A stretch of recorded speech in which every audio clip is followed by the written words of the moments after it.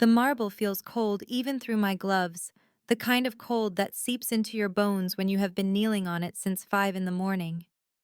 I dip my brush into the bucket, watching the water swirl gray with yesterday's dirt, and scrub at the grout lines that stretch across the Westbrook Grand's lobby like a geometric promise of perfection.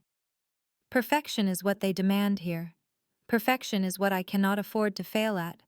Not with rent due in 3 days, and Emma needing new shoes because 6-year-olds grow faster than my paycheck can keep up.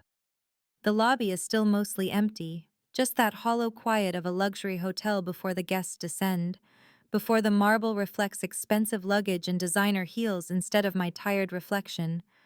I notice the bellhops moving with unusual urgency near the elevator banks, their posture sharper, more attentive. Someone important must be arriving. Someone whose tip in one night probably equals my monthly wage. I do not let myself think about that too long. Bitterness is a luxury I cannot afford either. I hear the footsteps before I see him. Manager Hastings walks like he owns not just the hotel, but the air inside it. Each step a deliberate claim of territory. My stomach tightens. He has been worse lately. His criticisms sharper. His eyes following me with something that feels like malice, looking for opportunity. I keep scrubbing, hoping he will pass by, hoping I am invisible. I am good at invisible. I have made an art of it. He stops. Of course he stops. I can see his polished shoes in my peripheral vision, so close I could touch them if I reached out. I do not reach out. I keep my head down and scrub harder at a grout line that is already clean. He clears his throat, that performative sound that means he wants an audience. I glance up. He is staring at a spot near the concierge desk, his face twisted in theatrical disgust. There is a water spot on the marble, one single water spot, barely visible unless you are looking for something to criticize. My heart sinks. He points at it like it is a crime scene. His voice carries across the lobby, bouncing off the vaulted ceilings, ensuring everyone hears. "This is unacceptable," he says. "Completely unacceptable. Do you call this clean?"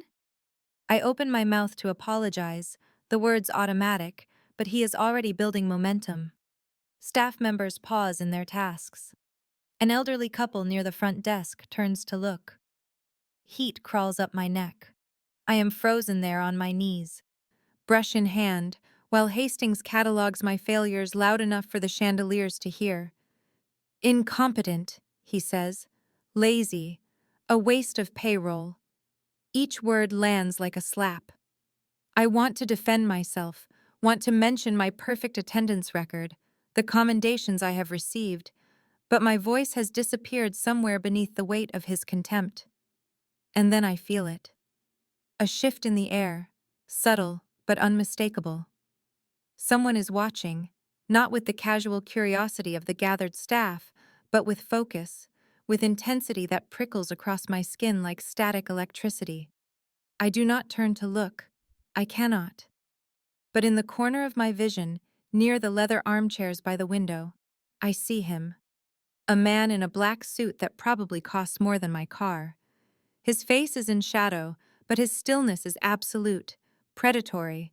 He is watching Hastings. He is watching me. And something in his posture tells me this moment just became far more dangerous than I understood. Hastings is not finished. I can see it in his eyes, that glitter of cruelty that means he has more prepared, more ammunition in whatever war he has decided to wage against me this morning. He crosses his arms, his voice climbing another octave so even the front desk staff 20 feet away can hear every word. "This is not the first complaint I have received about your work, Clara. Multiple guests have mentioned missing items, small things at first, a watch, earrings. I feel the floor tilt beneath me. That is not true. It cannot be true. I have never taken anything, not even the mints they leave on the pillows, not even when Emma asked if we could have fancy chocolate like the hotel people. My mouth opens, but nothing comes out because how do you defend yourself against lies spoken with such confidence, such authority? I try anyway, my voice coming out smaller than I want, saying I have a perfect record, saying I have worked here for 2 years without a single incident, but Hastings talks over me like I am static, like I am nothing. He reaches into his jacket pocket with theatrical slowness, and my stomach drops before I even see what he is holding. The bracelet catches the morning light streaming through the lobby windows, throwing fractured rainbows across the marble. Diamonds, heavy and intricate and worth more than I will earn in a lifetime. He holds it up, dangling it between two fingers like evidence at a trial. "This was found in your cleaning cart this morning," he says. And the lobby goes silent in a way that feels like the air being sucked out of the room. My blood turns to ice water.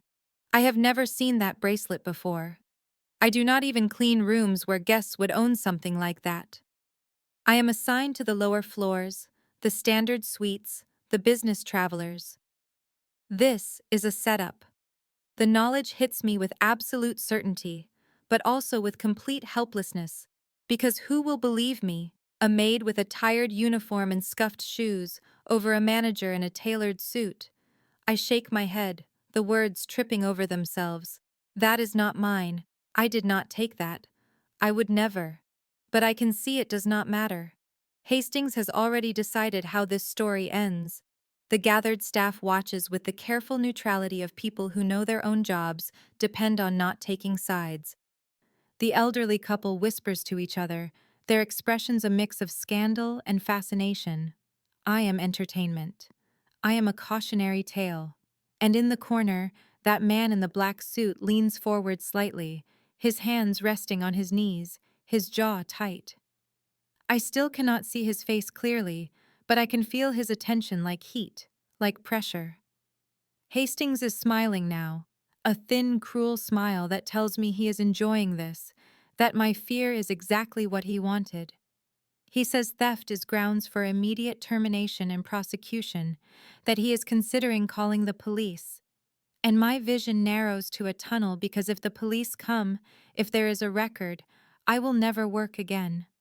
Emma will lose everything. We will lose everything. I cannot breathe. I cannot think. The bracelet glints in Hastings' hand like a weapon, like a noose. And I realize this moment is destroying my life in real time. "You are fired," Hastings says, his voice carrying the finality of a judge delivering a sentence, and the words hit me like a physical blow, effective immediately. "Remove your uniform and leave the premises without collecting your final paycheck. Theft forfeits all compensation." The world tilts sideways and I grab the edge of my cleaning cart to steady myself because my legs have turned to water. I cannot be fired. I cannot lose this job. Rent is due in 3 days and Emma needs shoes and the electricity bill is already overdue, and without a reference, I will never find other work, and we will end up on the street. We will lose everything. The panic claws up my throat and I hear myself doing something I swore I would never do. I beg. "Please," I say. And I hate the sound of my own voice, thin and desperate. "Please, Mr. Hastings, I did not take that bracelet. I swear I did not. Please just check the cameras. Please just give me a chance to prove it. My daughter, she needs me to work. We need this job, please." The words tumble out in a rush, and I can feel tears burning behind my eyes, but I will not cry. I will not give him that satisfaction, even as my chest feels like it is caving in. Hastings watches my desperation with something that looks like satisfaction, like this is exactly what he wanted. And I realize with cold clarity that this was never about a bracelet or stolen jewelry. This was about power. This was about grinding someone beneath his heel because he could. He turns to the security guard near the entrance and snaps his fingers like I am not even human enough to address directly. "Escort her out. Make sure she does not take anything that does not belong to her." The security guard Tom, who always smiled at me in the break room, will not meet my eyes as he approaches. I take a shaking breath and force myself to stand straighter, because if this is how it ends, if I am being destroyed for something I did not do, I will at least leave with whatever dignity I can salvage. I start to turn toward the employee corridor, my vision blurred at the edges, my hands trembling so badly I have to clench them into fists. And then I hear it. A voice, deep and cold and carrying absolute authority, cuts through the lobby like a blade through silk. Repeat what you just said. Everyone freezes. The voice came from behind me, from the corner where that man in the black suit has been watching, and when I turn, I see him standing now, walking forward with a predatory grace that makes my breath catch for an entirely different reason. He is tall, broad-shouldered, his face all sharp angles and cold eyes that fix on Hastings with an intensity that makes the temperature in the lobby drop 10 degrees. Hastings turns, irritation flashing across his face, clearly about to tell this guest to mind his own business, but something stops him. Something in the way the man moves, the way he holds himself, the absolute certainty in his posture. The atmosphere shifts like the moment before lightning strikes. Hastings hesitates, his confidence faltering, and I stand frozen between them, caught in a current I do not understand, but can feel pulling at everything, changing everything, and I do not know if I should be grateful or terrified. The man moves closer, and I can see him clearly now for the first time, and the sight of him steals whatever breath I have left. He is younger than I expected, mid-30s maybe, with dark hair and a face carved from stone and ice, handsome in a way that feels dangerous, like standing too close to a cliff edge. His suit probably costs more than I make in 6 months, perfectly tailored, and he wears it with the casual confidence of someone who has never doubted his place in any room. But it is his eyes that pin me in place, pale gray and cold as winter dawn, assessing everything with a precision that makes me feel exposed. He stops a few feet from Hastings, hands relaxed at his sides, but there is something coiled about him, something that suggests violence held in check by choice, rather than inability. Alexander Thornhill, he says, and the name means nothing to me, but I watch Hastings' face go slack with shock, and then pale with what looks like fear. The casual introduction carries weight I do not understand, like he just said king or executioner. Hastings' mouth opens and closes before he manages to stammer out that he is honored to meet such a distinguished guest, that if there was a problem with his suite, he should have called the front desk, his voice climbing into an obsequious register that makes my skin crawl. Alexander ignores the babbling entirely and extends one hand, palm up, his eyes never leaving Hastings' face. The bracelet. Let me see it. It is not a request. Hastings hesitates, clutching the jewelry like it might save him, but something in Alexander's absolute stillness makes him comply. He places the bracelet in that outstretched hand, like an offering to something that might bite. Alexander holds it up to the light, turning it slowly, examining the setting with the focus of someone who knows exactly what he is looking at. Cartier, he says, his voice conversational but carrying clearly through the silent lobby. Custom setting, platinum and diamonds, approximately 15 carats total weight. Part of a collection stolen from a private vault in Las Vegas 2 months ago, along with several other pieces. The theft made national news. Insurance valued the set at $2 million. He lowers the bracelet and looks at Hastings, his expression unchanged but somehow colder, somehow more predatory. Tell me, Mr. Hastings, how exactly would a maid working standard floor assignments gain access to a piece of stolen jewelry from a Las Vegas vault? Hastings stammers something incoherent, his face cycling through shock and panic, and I realize with dizzy disbelief that Alexander just called the bracelet stolen, that he somehow knows its history, that he just dismantled Hastings' entire setup with a few sentences. Alexander continues as if Hastings had not spoken, turning the bracelet in his fingers like evidence. I am curious about your security protocols. Surely a hotel of this caliber maintains cameras in staff areas. I would very much like to review the footage showing when and how this item appeared in Miss. He glances at me, and I realize he is waiting for my name, but my throat has closed, at the cleaning cart. The silence stretches and breaks when Alexander adds, his tone sharpening into something that cuts. Unless, of course, no such footage exists because the bracelet was never in the cart until you placed it there yourself. I suggest we review your security recordings immediately. Every camera, every entry and exit for the past 48 hours. Hastings goes white as bone, his hands trembling, and I understand that Alexander Thornhill just offered him a choice between confessing or being exposed, and either way the manager is finished. Alexander turns to me and his eyes lock onto mine with an intensity that makes my heart stutter. And when he speaks, his voice is still cold, but somehow directed at me differently, almost gently. "Stay," he says. And it is not a request, but it is not quite a command either. Something in between that makes my knees weak.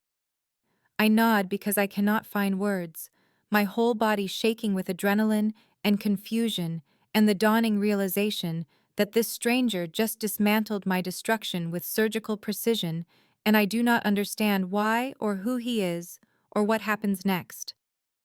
Hastings seems to recover some of his composure, drawing himself up and saying with forced authority that this is internal hotel business, and while he appreciates Mr. Thornhill's concern, personnel matters are not guest concerns, and he will handle this appropriately. The words sound hollow, desperate, but he is trying to regain control of a situation that has already slipped through his fingers. Alexander does not even look at him. He pulls a phone from his pocket, sleek and black, and dials without breaking eye contact with me. And I feel pinned by that gaze like something precious and fragile he is making sure does not disappear. He lifts the phone to his ear and says only 4 words. "George, Westbrook Grand. Now." Then he ends the call and slides the phone away, turning finally to Hastings with an expression that could freeze blood. "Someone is coming," Alexander says quietly, "who will be very interested in your security footage and your inventory logs and your explanations. I suggest you prepare them." The lobby is still frozen, staff and guests alike watching this unfold like a play they cannot look away from, and I stand there feeling like the ground beneath me has turned to water. I do not know what is happening, but I can feel the power radiating from this man, the certainty, the absolute lack of doubt that he will get exactly what he wants. Hastings opens his mouth, closes it, his face cycling through rage and fear, but he does not move, does not leave, like something is holding him in place. We wait in terrible silence. I count my own heartbeats. 3 minutes pass, maybe less, and then the front entrance opens and a man in his 60s rushes in, expensive suit rumpled like he dressed in a hurry, his face flushed and his eyes wide. He scans the lobby, and when he sees Alexander, his expression does something complicated, fear and respect, and something like panic all at once. "Mr. Thornhill," he says, slightly breathless, crossing the marble floor quickly. "I came as soon as you called. Is there a problem? Is your suite not satisfactory? Please tell me how I can assist you." His voice has the quality of someone addressing royalty or a loaded gun. Alexander gestures toward Hastings and then to me. "George, this is your manager, Richard Hastings, and this is—" He pauses, glancing at me with a question in those cold eyes. "Clara," I whisper. "Clara Pembroke." "Clara Pembroke," Alexander repeats, and hearing my name in his voice does something strange to my chest. "Your manager just accused her of theft and fired her in your lobby. I would like you to hear what happened." George Carstairs, because I recognize him now from the photograph in the employee handbook, the owner of the Westbrook Grand, turns to Hastings with an expression that could strip paint. His voice drops into a register I imagine he reserves for disasters. "Explain. Now." Alexander steps forward, and his voice cuts through the tension like a blade, calm and precise. "Mr. Carstairs, your manager accused this woman of theft using a piece of stolen jewelry as evidence. Jewelry I happen to know was taken from a private collection in Las Vegas 2 months ago and is currently listed on international recovery databases. He fired her publicly without investigation or due process. I witnessed the entire incident. His tone is factual, almost casual, but there is steel underneath that makes Carstairs' face go from flushed to gray. The owner turns on Hastings, and I watch the manager shrink under that gaze, all his earlier cruelty collapsing into something small and cornered. Hastings opens his mouth, but Alexander continues, his words falling like hammer blows. I would suggest, Mr. Carstairs, that you examine your manager's activities more closely, specifically his inventory logs for guest storage, his records of shipments received after hours, and his use of VIP suites that do not appear on your booking system. I believe you will find discrepancies. The lobby is so silent, I can hear my own heartbeat pounding in my ears. Alexander has just accused Hastings of something without stating it directly, painted a picture so clear that everyone listening understands exactly what he means. Hastings goes white, actually white, like every drop of blood has drained from his face, and his hands start to shake. George Carstairs is not a stupid man, and I watch realization dawn across his features, shock and fury, and something that looks like fear for his own reputation. He turns to Hastings, and his voice drops to a whisper that somehow carries. My office, now. Security, escort Mr. Hastings and ensure he does not access any computers or files. Hastings seems to collapse inward, his mouth opening and closing, but Alexander is not finished. One more thing, George. I recommend contacting your legal team and your insurance company immediately, and perhaps the police, though I suspect Detective Thomas Langley is not the officer you want handling this investigation. Check who has been signing off on your security reports. Carstairs nods, his face hardening into something grim and determined, and I realize Alexander just gave him a roadmap to uncover everything, handed him names and directions like he already knows exactly what is hidden in the hotel's records. Hastings finds his voice finally, stammering that this is insane, that he has done nothing wrong, that Mr. Thornhill is clearly mistaken, but his protests sound hollow and desperate. Carstairs ignores him entirely, turning instead to me with an expression that might be apologetic or might just be damage control. Miss Pembroke, please accept my sincerest apologies for this appalling treatment. You are reinstated immediately with full back pay for any hours lost. Alexander speaks again before I can respond, his voice quiet but absolute. And a raise. Compensation for the distress your manager caused. Carstairs does not hesitate. Of course, whatever is appropriate. I will personally ensure this is handled correctly. He gestures sharply to the two security guards who have been standing frozen near the entrance, and they move quickly to flank Hastings, not quite touching him, but making it clear he has no choice. Hastings looks at me, and his expression transforms into something ugly and hateful, his eyes promising retribution. His lips curling around words he does not speak, but I can read in every line of his face. This is not over. You will pay for this. Then security is moving him toward the back offices and he is gone, and I am left standing in the middle of the lobby with George Carstairs apologizing profusely and Alexander Thornhill watching me with those cold gray eyes that somehow feel warm when they rest on my face. Security moves Hastings toward the back hallway that leads to the administrative offices, and as they pass me he turns his head and locks eyes with me, and what I see there makes my blood turn to ice. Pure hatred, unfiltered rage. His lips pull back from his teeth in something that is not quite a smile, more like a promise, and though he does not speak, I can read the words in every line of his twisted expression. This is not over. You will pay for this. I brought you down, and you will suffer for it. The look lasts only seconds before security pulls him around the corner and he disappears from view, but it brands itself into my memory. A warning I know I should take seriously, even though I do not understand yet what power he still has to hurt me. I stand there trembling, my hands shaking so badly I have to clasp them together to hide it, and the lobby around me feels unreal, like I have stepped sideways into some alternate version of my life where powerful men intervene and managers get fired, and I am somehow at the center of something I cannot comprehend. George Carstairs is still talking, his voice washing over me in waves of apology and assurance. saying something about HR procedures and formal documentation and his personal guarantee that I will be treated fairly. But I cannot focus on his words because Alexander Thornhill has turned toward me and his expression has shifted into something different, something softer that makes him look almost human instead of like the cold, avenging force he was moments ago. "Are you all right?" he asks, and his voice is gentle now, quiet, meant only for me, even though we are still standing in the middle of the lobby with staff and guests pretending not to stare. I nod because I do not trust my voice, my throat tight with emotions I cannot name, gratitude and confusion and fear, and something else that flutters dangerously in my chest when he looks at me like that. Carstairs seems to sense the shift and steps back slightly, saying he will have HR contact me directly to arrange everything, that I should take the rest of the day off with pay, that again he is deeply sorry. Alexander does not look away from me.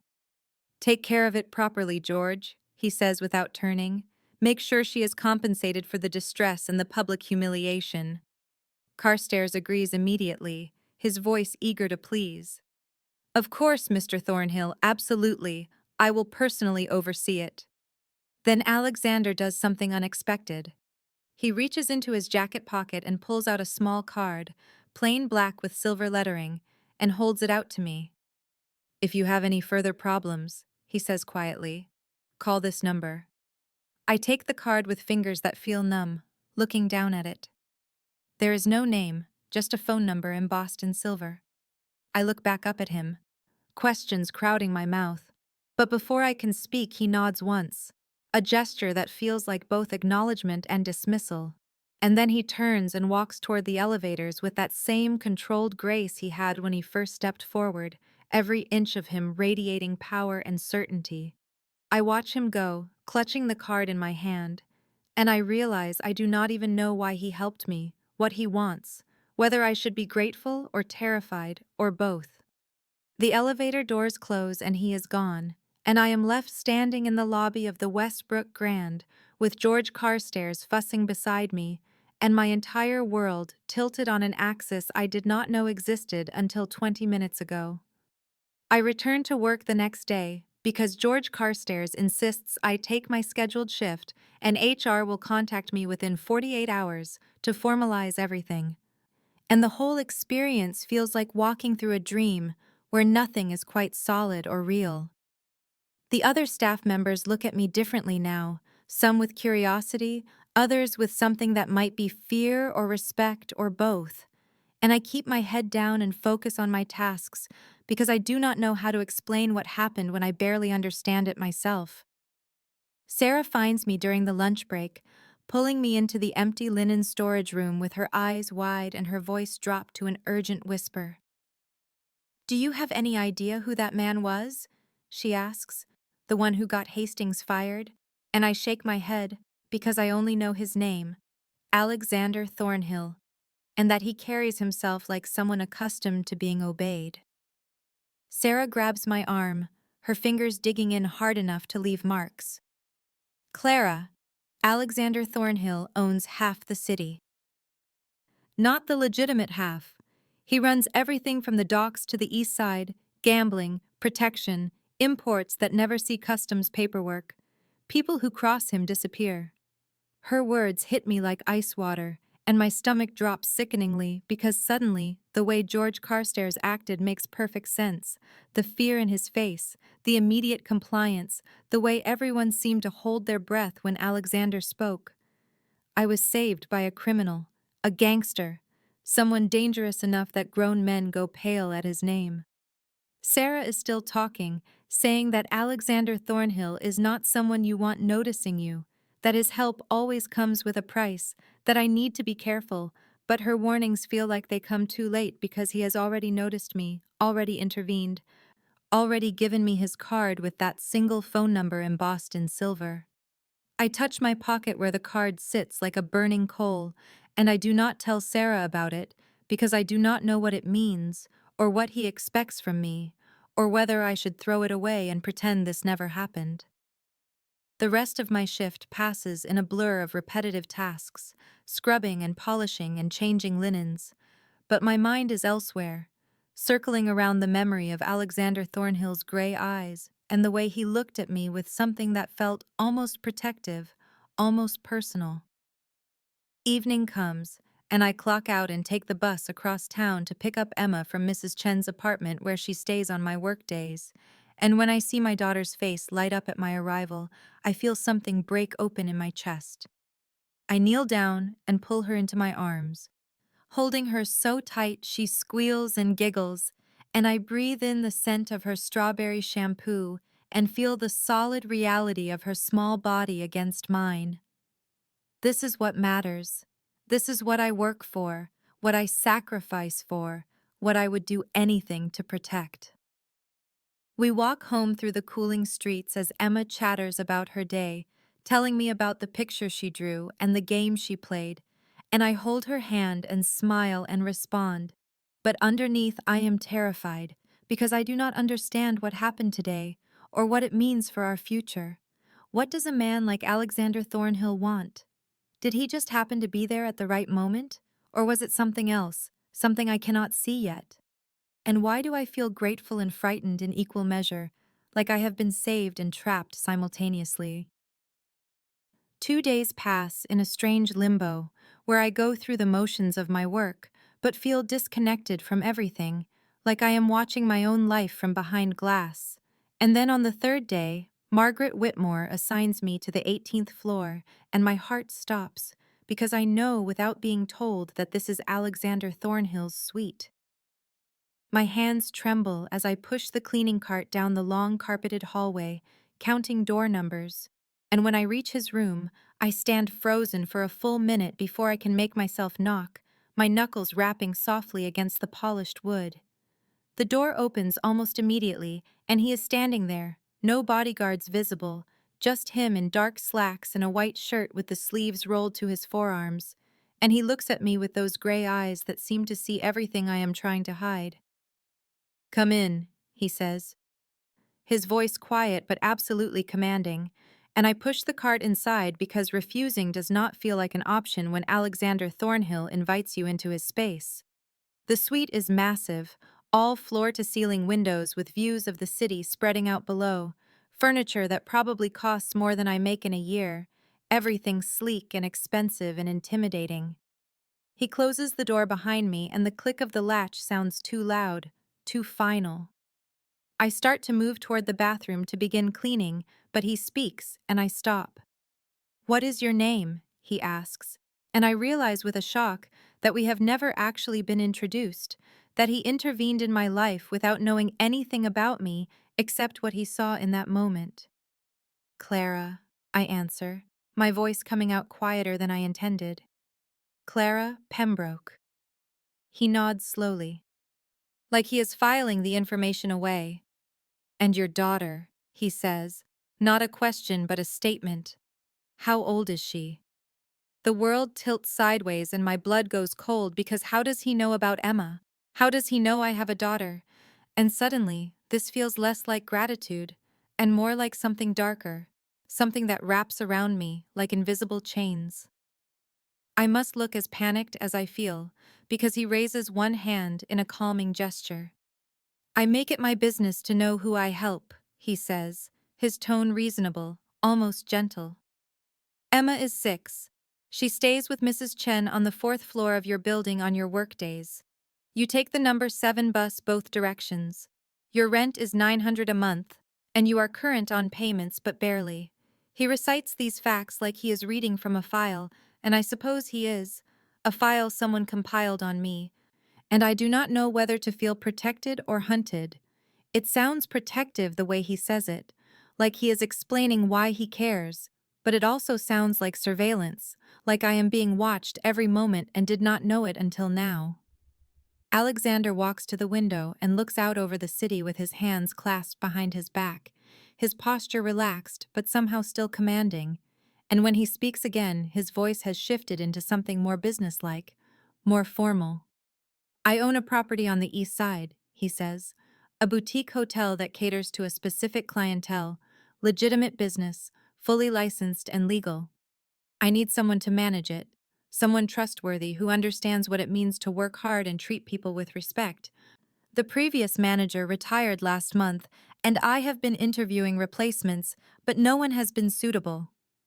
He turns back to face me, and his gray eyes lock onto mine with an intensity that makes my breath catch. I am offering you the position, Clara. The pay is triple what you make here, full benefits, and there is an apartment on the top floor that comes with the job, 2 bedrooms, furnished, utilities included. My mind goes blank for a moment, because this cannot be real. This kind of opportunity does not fall into the laps of hotel maids who scrub floors for minimum wage, and my first instinct is suspicion, because nothing in my life has ever come without a price. Why would you do this? I ask. And I hear the tremor in my own voice, the fear and confusion mixing together. You do not know me. You do not know if I can even manage a property like that. I have never done anything except clean rooms and follow orders. Alexander moves closer, not threatening but purposeful, and he stops just near enough that I can smell his cologne, something expensive and subtle that probably costs more than my monthly rent. I value loyalty, he says, and I recognize when someone is being exploited, when someone has more potential than their circumstances allow them to show. What I saw in that lobby was not weakness, Clara. It was dignity under attack. That tells me more about your character than any resume ever could. His words should comfort me, but instead they intensify my confusion because there is something else in his eyes, something that feels personal rather than professional. Like this is not just about business efficiency or recognizing talent. What is the catch? I ask bluntly, because I need to understand what he expects from me, what this will cost me beyond the obvious debt of gratitude. He smiles then, just a slight curve of his mouth that does not quite reach his eyes, but softens his expression anyway. No catch, he says quietly. Just an opportunity. You can accept or decline. If you decline, nothing changes. You keep your job here. I ensure Carstairs treats you fairly, and we never speak again. If you accept, you work for me. You manage the Eastwood professionally, and you build a better life for yourself and your daughter. The choice is entirely yours. I want to believe him, want to accept this gift that has appeared out of nowhere like something from a fairy tale. But fairy tales always have hidden prices, and men like Alexander Thornhill do not give without expecting something in return. I need to think about it, I say finally, and he nods immediately like this is exactly the answer he expected. Take all the time you need, he says. When you decide, call the number on the card I gave you. His tone makes it clear the conversation is over, and I push my cleaning cart toward the door, my hands still shaking, my mind spinning with possibilities and dangers I cannot yet name. I walk home that night through streets slick with rain, my mind turning over Alexander's offer like a puzzle I cannot solve, and I am so lost in thought that I almost do not notice the black sedan parked across from my building, almost miss the way it sits too still with its engine running. Emma is at her friend Lily's house for a sleepover, the first one I have ever let her attend, and I felt guilty about it all day, but Lily's mother insisted, and Emma was so excited that I could not say no, could not explain that I am afraid of everything now, afraid of what it means that Alexander Thornhill knows where we live and how much our rent costs. I climb the stairs to the 4th floor, my keys already in my hand, and I am reaching for the lock when I notice my door is not quite closed, hanging open just a crack, and my heart stops because I know I locked it this morning. I always lock it, always check it twice. I should run. Every instinct screams at me to turn around and run, but I think of Emma's stuffed rabbit inside, the photo albums, the few precious things we own, and I push the door open slowly, my hand fumbling for the light switch. The lights do not come on when I flip the switch, and that is when I know for certain that something is terribly wrong, when rough hands grab me from behind and a palm clamps over my mouth, cutting off my scream before it can form. I fight, kicking backward, twisting, but there are 2 of them and they are strong, professional. and one of them hisses at me to stop struggling, or it will be worse. They drag me inside and kick the door shut, and in the darkness I hear a third voice, calm and familiar and filled with such cold satisfaction that my blood turns to ice. "Hello, Clara," Richard Hastings says, and I hear him moving closer though I cannot see him. "You cost me everything. My job, my reputation, my very lucrative business arrangement. Did you think there would not be consequences?" I try to speak, but the hand over my mouth presses harder, and Hastings makes a soft tisking sound. "Your daughter is safe for now," he says, and the relief that floods through me is so intense I almost collapse. "For now," he repeats, letting those words hang in the air like a threat. "But you, Clara, you are going to pay for what you did. You and your new protector." They haul me toward the door and I fight harder, thrashing, trying to bite the hand covering my mouth. But one of them wraps an arm around my throat and squeezes just enough to make black spots dance in my vision. When my knees buckle, they drag me out into the hallway and down the back stairs, the service entrance that no one ever uses. And outside, there is a white van waiting with its rear doors open, like a mouth ready to swallow me. They throw me inside and I land hard on the metal floor, my shoulders screaming with pain. Hastings climbs in after me, settling onto a bench bolted to the wall, and in the dim interior light I can see his face, see the bruises and cuts that mark him from his own firing, from whatever consequences Alexander set in motion. "Alexander Thornhill will not save you this time," he says as the van lurches into motion. "By the time he even knows you are missing, it will be far too late." The warehouse smells like rust and old fish and something chemical that burns the back of my throat, and the chair they have tied me to is metal and so cold it seeps through my jeans into my bones, making me shiver uncontrollably, though I am not sure if it is the temperature or the terror. Hastings paces in front of me like a predator circling wounded prey, his footsteps echoing in the vast empty space, and the fluorescent lights hanging from chains above cast harsh shadows that make his face look skeletal, hollowed out by rage and desperation. "You have no idea what you have done," he says, his voice conversational, almost friendly, which somehow makes it worse than if he were shouting.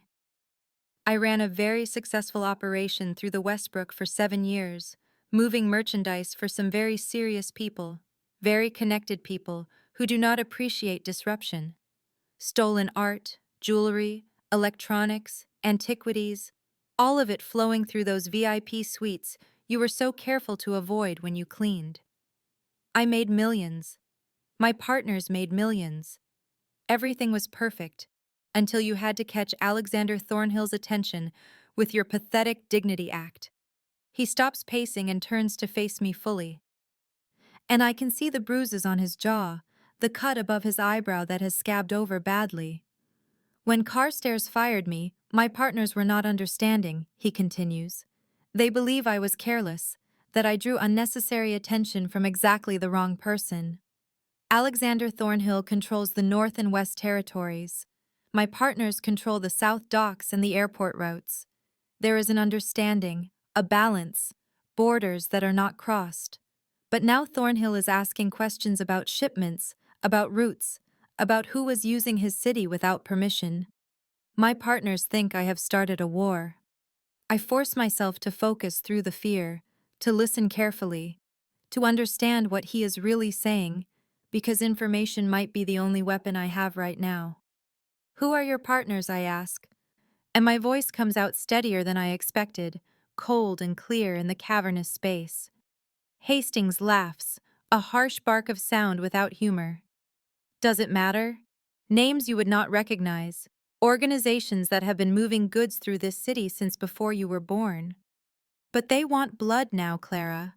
They want compensation for the routes they have had to abandon, the shipments they have lost, the attention Thornhill has brought down on operations that relied on invisibility.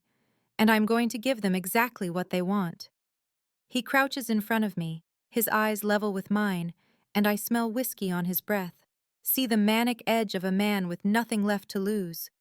I am going to kill you, and make sure everyone knows it was because of Alexander Thornhill's interference, he says softly, intimately, like he is sharing a secret. Your body will be a message, the spark that turns this cold standoff into open war. While they are all busy tearing each other apart, I will disappear with enough money to start over somewhere warm and far away. He stands abruptly and walks toward a workbench against the far wall where tools are laid out in a neat row that makes my stomach turn over with sick dread. I test the ropes binding my wrists behind the chair, feeling for any give, any weakness, but whoever tied them knew what they were doing, and the rough fibers only cut deeper into my skin when I struggle. The lights die all at once, plunging the warehouse into absolute darkness so complete I cannot see my own hands still bound behind me, and for one terrible heartbeat, there is only silence, thick and suffocating, before the world explodes into violence and sound. Gunfire erupts from multiple directions, muzzle flashes strobing like lightning, illuminating frozen snapshots of chaos, men diving for cover, Hastings throwing himself behind a stack of crates, and I do the only thing I can think to do, throwing my weight sideways with all my strength. The chair tips and I crash hard onto the concrete floor, my shoulder taking the impact with a crack that might be the chair or might be me, pain shooting down my arm. But I stay down, making myself as small as possible as bullets whine through the air above me, ricocheting off metal beams with sharp pinging sounds that make my ears ring. I hear shouting, commands barked in voices I do not recognize, then returning fire from where Hastings's men were stationed near the entrance, the acrid smell of gunpowder filling my nose and making my eyes water. The firefight lasts maybe 30 seconds, but it feels like hours. Each breath I take shallow and panicked, and then suddenly it stops. Silence falling again like a curtain, absolute except for the ringing in my ears, and someone groaning in pain somewhere to my left. The overhead lights flicker once, twice, then blaze back to life, and I squint against the sudden brightness, my eyes adjusting slowly. And what I see makes my heart stop completely before lurching back into a frantic rhythm. Alexander Thornhill stands in the doorway like an avenging angel dressed in black, his suit somehow still immaculate despite the violence, and flanked on either side by William Sinclair and 4 other men, all armed, all scanning the warehouse with professional efficiency. Hastings is on the floor 10 feet from me, clutching his shoulder where blood seeps between his fingers, his face twisted with pain and rage, and his 2 men are either down or fled, I cannot tell which, and do not care. Alexander's eyes sweep the space and find me immediately, something fierce and almost frightening flashing across his face when he sees me on the floor still tied to the overturned chair, and he moves, crossing the distance between us in long strides that eat up the concrete floor. He drops to one knee beside me, his hands already reaching for the ropes binding my wrists. And up close I can see the tension in his jaw, the cold fury in his eyes that is somehow not directed at me, but for me. "Are you hurt?" he asks, his voice low and controlled, but with an edge like a blade, and his fingers work at the knots with surprising gentleness, careful not to pull the rough fibers against my raw skin. I shake my head because I cannot find words yet, my throat tight with relief and residual terror, and the moment the ropes fall away, he helps me sit up, his hands steady on my back, grounding me when everything else feels like it is spinning out of control. Alexander helps me to my feet, his hand gripping my arm with controlled strength, and the moment I am upright, something inside me collapses, the adrenaline that has been holding me together suddenly draining away like water through cupped fingers, and my knees buckle beneath me. He catches me before I fall, his arms coming around me solid and sure, and I do not even think about it. I just let myself lean into him, my forehead pressing against his chest, my hands fisting in the fabric of his jacket as tremors I cannot control shake through my whole body. He holds me steady, one hand spread across my back, the other cradling the back of my head, and I can feel the steady rhythm of his heartbeat against my cheek, calm and even when mine is still racing like something wild trying to escape a cage.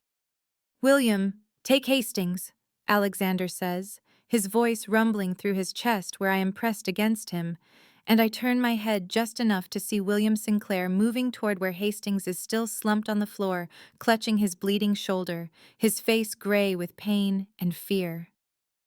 What will happen to him?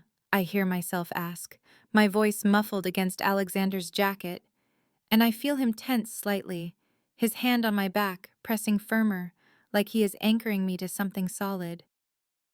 He will answer for his crimes to people far less forgiving than the police, Alexander says quietly, and there is something dark and final in his tone that tells me I should not ask for details, that there are things in his world I am better off not knowing.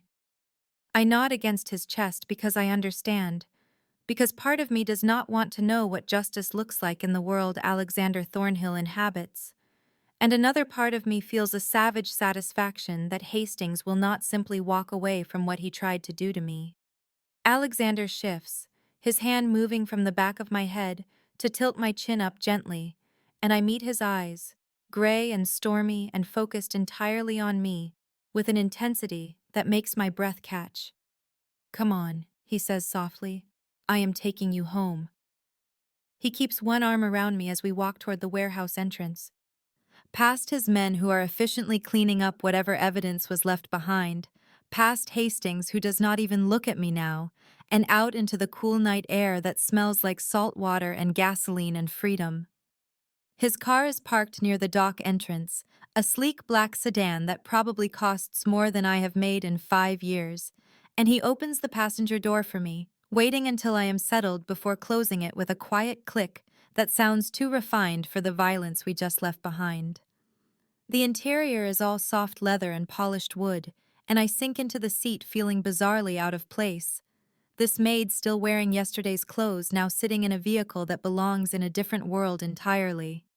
Alexander slides into the driver's seat, starting the engine with a low purr, and we pull away from the warehouse, leaving the docks behind as the city lights grow brighter ahead of us.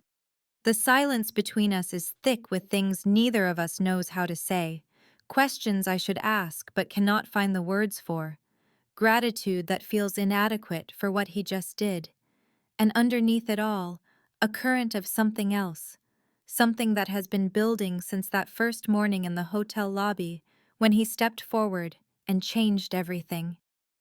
The apartment building looks shabbier somehow when we pull up to the curb, the cracked concrete steps and peeling paint thrown into sharp relief by the gleaming black perfection of Alexander's car, and I feel a spike of embarrassment at the contrast between his world and mine that I have to swallow down as he turns off the engine and reaches for his door handle.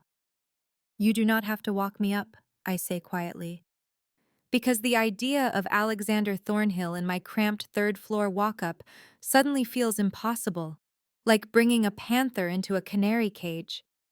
His eyes find mine in the dim interior of the car, shadows cutting across his face, making him look both dangerous and impossibly handsome. "I am walking you up," he says, and there is no room for argument in his tone, that same command he used in the warehouse when he told William to take Hastings away. We climb the stairs in silence, my legs shaky from adrenaline crash and his hand hovering near the small of my back without quite touching, and I fumble with my keys at the door, hands trembling enough that it takes 2 tries to get the lock to turn. Inside, my apartment looks exactly as I left it this morning, a lifetime ago, before Hastings kicked in this same door and dragged me into nightmare. Emma's toys scattered across the worn carpet, and my coffee mug still sitting on the kitchen counter next to the stack of bills I cannot quite pay. Alexander moves past me into the small living room, and I watch him check the windows, test the locks, examine the fire escape with the practiced efficiency of someone who thinks in terms of threat assessment and escape routes. He moves through the tiny kitchen, the bathroom, finally Emma's bedroom with its pink curtains and stuffed animals piled on the narrow bed, and I stand frozen by the door wondering what he sees when he looks at my life laid bare like this. When he returns to the living room, his expression is unreadable, something tight around his eyes that might be anger or something else. "My men will watch the building tonight," he says. standing close enough that I can smell gunpowder still clinging faintly to his jacket, mixed with expensive cologne and something uniquely him. You will be safe. Why are you doing this? I ask. Because the question has been building in me since the warehouse, since he appeared like something out of a dream to save me when he had no reason to care whether I lived or died. He goes very still, those gray eyes locking onto mine with an intensity that makes my breath catch and my heart stutter. I do not tolerate predators who hurt innocents, he says quietly, each word deliberate and controlled. But there is something else in his gaze, something raw and almost vulnerable that contradicts the cool authority of his voice, and for just a moment I see past the reputation and the power to something human and hurting underneath. He reaches out slowly, giving me time to pull away, and his fingers brush a strand of hair back from my face, with a gentleness that seems impossible from hands that I know have done terrible things. You should rest, he says, his voice rough. I will make sure no one gets near you. Then he steps back, putting careful distance between us, and walks to the door. I do not move as he leaves, do not say anything because there are no words for what is happening between us. And after the door closes behind him, I stand in my empty apartment, feeling his presence lingering in the air like smoke, protective and dangerous and impossible to ignore.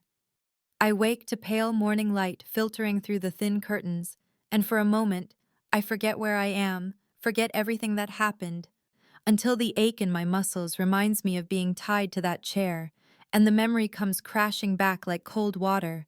Hastings and the warehouse and Alexander's arms around me, steadying me when I thought I might fall apart completely. I sit up too fast, my head spinning, and that is when I see it, the door to my apartment, the one that was kicked in last night, now fitted with a new lock that gleams silver and solid in the morning light. The wood around the frame repaired so cleanly, I might have imagined the violence, if not for the fresh paint smell lingering in the air.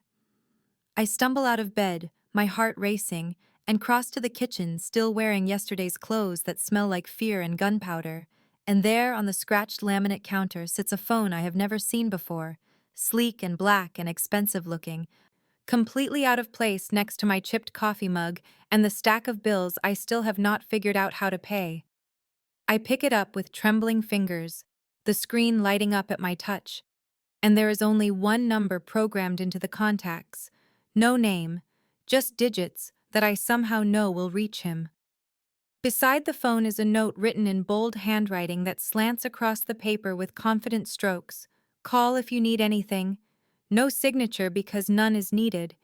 And I stand there holding this phone that represents a connection to a world I should want nothing to do with. A man who kills people and runs criminal empires and just saved my life without hesitation. I should be frightened. Should be looking over my shoulder and planning how to disappear before I get pulled deeper into whatever darkness surrounds Alexander Thornhill. But instead, I feel something else entirely. Something that feels dangerously like safety. Like for the first time in years, someone is watching out for me. Not because they pity me, but because they choose to. I set the phone down carefully and move through my morning routine on autopilot, showering away the warehouse smell, dressing in clean clothes, trying to feel normal when everything has shifted beneath my feet like sand. And then I walk the 4 blocks to Mrs. Chen's apartment where Emma stayed last night, my daughter safe and oblivious to how close I came to never coming back. Emma throws herself into my arms the moment Mrs. Chen opens the door, chattering about the movie they watched and the pancakes she had for breakfast, and I hold her so tight she squirms and laughs. This perfect small person who is my entire world, the reason I get up every morning and scrub floors and swallow my pride. That evening after Emma is asleep, her small body curled around her favorite stuffed rabbit, I sit at my kitchen table staring at the black phone for what feels like hours, Alexander's note still lying beside it, and I think about choices, about the difference between the safety of staying small and invisible versus the danger of reaching for something more.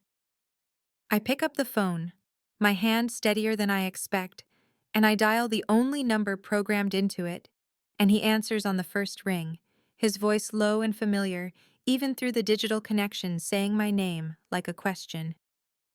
I accept your job offer, I say quietly, the words feeling like jumping off a cliff, or maybe like finally learning to fly, and there is a pause on the other end, a moment of silence that stretches long enough for me to hear his breath. And then he says, "When can you start?" And I close my eyes knowing I am choosing him, choosing this, choosing to step out of the shadows and into whatever light or darkness waits on the other side. The Eastwood Boutique Hotel sits on a tree-lined street in a neighborhood I have only driven through before, never imagining I would belong here. And when Alexander's driver pulls up to the entrance 3 days after I accepted the job, I have to remind myself to breathe because the building is beautiful in a way that feels almost impossible. All restored brick and wrought iron balconies and windows that gleam in the afternoon sun, like promises. William Sinclair meets us at the door, his expression professionally neutral as he helps Emma out of the car, her small hand disappearing into his much larger one, and she looks up at him with wide, curious eyes, asking if he is a giant, which makes the corner of his mouth twitch in something that might be amusement. The lobby inside takes my breath away, intimate and elegant with soft lighting and furniture that looks expensive but somehow inviting. Nothing like the cold marble grandeur of the Westbrook Grand, and I stand there clutching Emma's hand, wondering how I am supposed to manage a place this beautiful when 2 weeks ago I was scrubbing floors. Alexander appears from a hallway to the left, dressed in charcoal gray that makes his eyes look like smoke, and when his gaze finds mine, something warm unfolds in my chest that I am not ready to name. "Miss Pembroke," he says, formal in front of William and the two staff members hovering near the reception desk, "welcome to the Eastwood." He gives us a tour, showing me the office that is now mine, with a desk that has actual drawers that lock and a computer that does not freeze every 10 minutes. The small dining room where complimentary breakfast is served, the 12 guest rooms each decorated differently, but all maintaining the same atmosphere of comfortable luxury, and finally the apartment on the top floor, a space with 2 bedrooms and a kitchen with appliances that all match and windows that overlook the street below. Emma runs from room to room, her delighted laughter echoing off walls that do not have water stains or peeling paint. And I watch her claim the smaller bedroom with its window seat and built-in bookshelves, and I feel something crack open inside me. Gratitude mixed with fear, mixed with something dangerously close to hope. The staff is professional and kind, introducing themselves with genuine warmth, and I suspect they all know exactly who owns this hotel and what that means. But no one treats me with anything but respect, and over the following weeks I learn the rhythms of this new life, managing reservations and supervising housekeeping and handling guest concerns with a confidence I did not know I possessed. Alexander visits every Thursday evening, ostensibly to review financial reports and discuss business operations. But our meetings always stretch longer than necessary, conversations drifting from occupancy rates to personal territory, careful questions that map the borders of who we are beneath the roles we play. He tells me about growing up in the industrial district where the factories closed one by one, leaving families with nothing. About building his first business at 19 through means he does not specify. About the code he lives by that separates him from men like Hastings who prey on the weak for sport rather than necessity. I find myself watching for his arrival each week, listening for his footsteps on the stairs. And when he looks at me with those gray eyes that see too much, I feel exposed and protected simultaneously, like standing in a storm that might destroy me or transform me, but will definitely change everything. It is a Thursday evening in late October when Alexander stays after our usual business meeting. The last guest checked in hours ago and the staff gone home, leaving just the two of us in the small lobby where I have dimmed the lights to something softer, more intimate than the bright professionalism of daytime operations. He produces a bottle of wine from somewhere, good wine that probably costs more than my first car, and 2 glasses that catch the lamplight like captured amber. And we sit in the leather chairs by the window overlooking the street where fallen leaves skitter across pavement in the autumn wind. We have done this before, these extended conversations that drift past business into personal territory, but tonight feels different somehow, charged with something unspoken that hums in the air between us like electricity before a storm. He asks about my past, his voice low and genuinely curious, and maybe it is the wine or maybe it is the way he looks at me like I am someone worth knowing beyond my usefulness. But I find myself telling him things I never talk about. How Emma's father left 2 weeks after I told him I was pregnant. How he said he was going to the store for cigarettes and just never came back. Not a word or a message or a forwarding address. Just gone like I meant nothing. I tell Alexander about the months that followed, working 2 jobs while my belly grew, sleeping on my friend's couch until she got tired of my presence, moving into that tiny apartment with its broken heater and neighbors who fought at 3 in the morning, about holding Emma for the first time and feeling equal parts overwhelming love and absolute terror, because I was alone and responsible for this perfect fragile life. He listens with complete attention, not interrupting or offering empty reassurances, just present in a way that makes me feel heard. And when I finish talking, there is a moment of silence that does not feel awkward, but rather full of understanding. I turn the question back on him, asking if he has family, and I watch his expression shift, something shuddering behind his eyes like a door closing against old pain. He is quiet for so long I think he will not answer, but then he speaks, his voice rougher than before, telling me he had a sister once, younger by 3 years, bright and funny and too trusting for the world they grew up in. She died when he was 22, killed by men who wanted to hurt him, to teach him a lesson about territory and respect, and he could not protect her because he was too young and too weak, and did not see the threat until it was too late. I understand suddenly with perfect clarity why he intervened that morning at the Westbrook Grand, why he could not walk past a woman being destroyed by a man with power, why he built his empire with such ruthless determination, not just for wealth or control, but as armor against ever being powerless again. Without thinking, I reach across the small table between us, placing my hand over his where it rests against the dark wood, and his eyes lift to mine, gray and wounded and surprised by the gesture. And neither of us moves, the touch connecting us in a way that words cannot. And I feel the shift between us, something fundamental changing like tectonic plates sliding into new alignment. The touch shifts something between us, like a key turning in a lock I did not know existed, and Alexander looks down at my hand covering his, my fingers pale against his darker skin, and when his eyes lift to meet mine, they are full of something raw and unguarded that makes my breath catch in my throat. The air thickens, charged with possibility and danger and want, and I know we are standing at the edge of something irreversible, a cliff I could step back from if I were smart or careful or less lonely. "This is dangerous," he says finally, his voice rough and low. "Being close to me puts you at risk, Clara. People who want to hurt me will look for weaknesses. And you are," he pauses.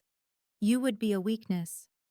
I should pull my hand back, retreat to the safety of distance and professional boundaries, but instead, I find myself leaning forward slightly, holding his gaze. "I am already involved," I tell him. "You made sure of that when you saved me that morning, when you gave me this job. When you put your men outside my building, I was involved the moment you decided I mattered." His jaw tightens, and I see conflict play across his features, the part of him that wants to protect me warring with the part that wants something else entirely. "I have wanted you since that first morning," he admits, the words coming like a confession. "Watching you on your knees scrubbing floors while that bastard tore into you, and you never begged, never broke. You just gathered yourself with so much dignity, and I saw strength, not weakness, fire, not fragility." My heart hammers against my ribs because no one has ever seen me that way, as strong rather than struggling, as fire rather than someone barely surviving.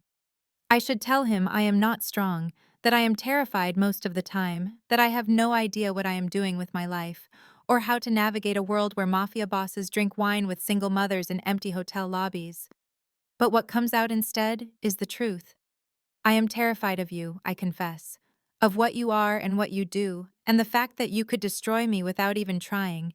But I am also drawn to you in a way that makes no sense. Like gravity or magnetic poles. Something I cannot explain or control. His hand turns under mine, his fingers threading through mine, holding rather than being held. I will keep you safe, he promises. His thumb brushing across my knuckles in a gesture so tender it makes my chest ache. Whatever else happens, Clara, I will protect you and Emma. You have my word.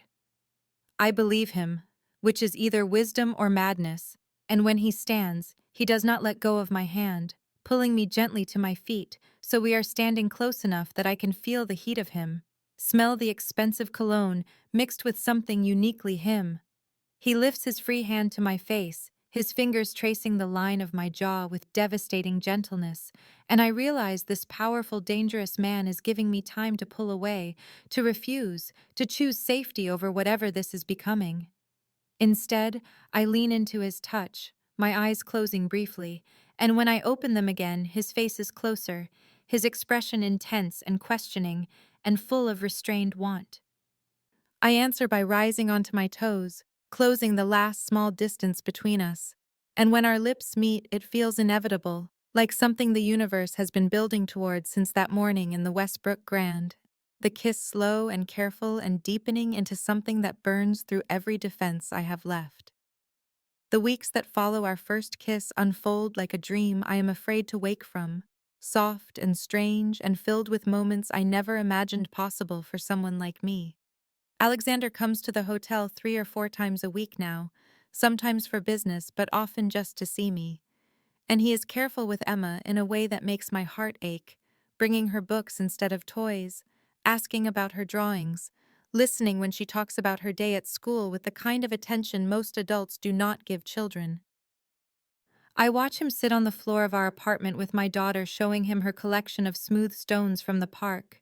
This dangerous man who commands an empire built on fear and violence, and I see someone gentle beneath all that power, someone who might have been different if the world had not demanded he become hard to survive. Clara sees a different side of him that no one else witnesses, the man who remembers how I take my coffee, who notices when I am tired and sends me home early, who installed a better heating system in the building without telling me until the first cold night when Emma's room stayed warm. It feels too good, too easy, and I keep waiting for the cost to reveal itself because nothing this precious comes without a price. The danger resurfaces on a gray Tuesday afternoon in mid-November when I am reviewing inventory in the hotel office and one of the desk staff tells me there is a detective asking to speak with me. My stomach drops because police mean questions and questions mean exposure, and I am suddenly aware of how deeply entangled I have become in Alexander's world. Thomas Langley is 40-something with tired eyes and a smile that does not reach them, his badge clipped to his belt where I cannot miss it, and he asks if we can speak privately with the kind of courtesy that is really a command. I lead him to the back office, my hands steady despite the fear crawling up my spine. He does not waste time on pleasantries, telling me that Alexander Thornhill is under investigation for racketeering and money laundering, that the federal government is building a case, that anyone close to him will be implicated when the indictments come down. I listen without speaking, trying to read what he really wants beneath the official language. Langley leans forward, his voice dropping to something almost kind, and says he knows I am a good mother, a decent person caught up in something beyond my control, that he can offer me immunity if I cooperate, if I provide information about Alexander's business dealings, his associates, his routines. The offer hangs between us like poison wrapped in mercy. I meet his eyes and tell him I manage a hotel, that I know nothing about anything illegal, that Alexander Thornhill is simply the owner and I am simply an employee. Langley's expression hardens, and the false kindness evaporates, replaced by something colder and more honest. He tells me that loyalty to Alexander Thornhill is a fatal mistake, that women like me always think they are special until they end up as collateral damage, that I should think carefully about my daughter's future before I make choices I cannot take back. He leaves his card on the desk between us and walks out, and I sit there shaking with anger and fear, because the safe world I thought Alexander had built around us just revealed its cracks. I call Alexander the moment Emma is safely in bed that night, my hands shaking as I grip the phone, and he answers before the second ring, his voice immediately alert and focused.